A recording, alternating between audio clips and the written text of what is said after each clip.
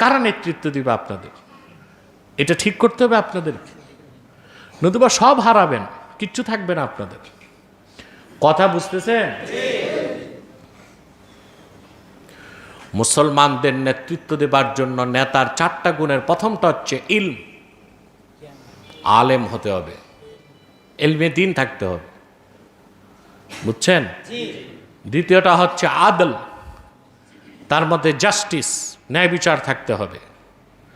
3 number হচ্ছে তাকে হতে হবে সাহিবুল মুরুওয়াহ, অর্থাৎ তার পার্সোনালিটি এত বেশি হবে যে তার কথা জনগণ মানতে বাধ্য হবে।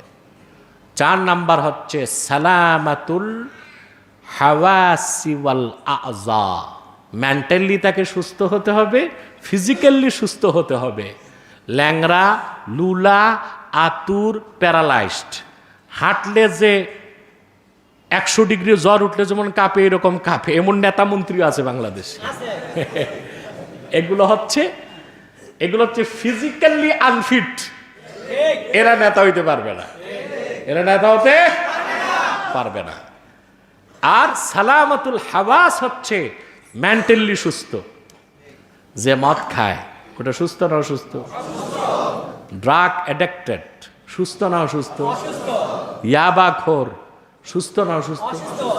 গাঁজা খোর। আমার দেশের অধিকাংশ নেতাই এই ভিটামিনগুলো খায়,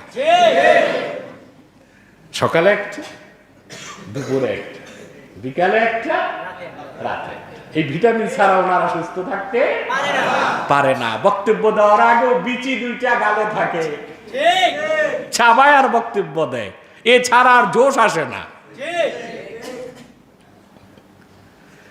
নেতৃত্ব নির্বাচনে জাতি ভুল করছে।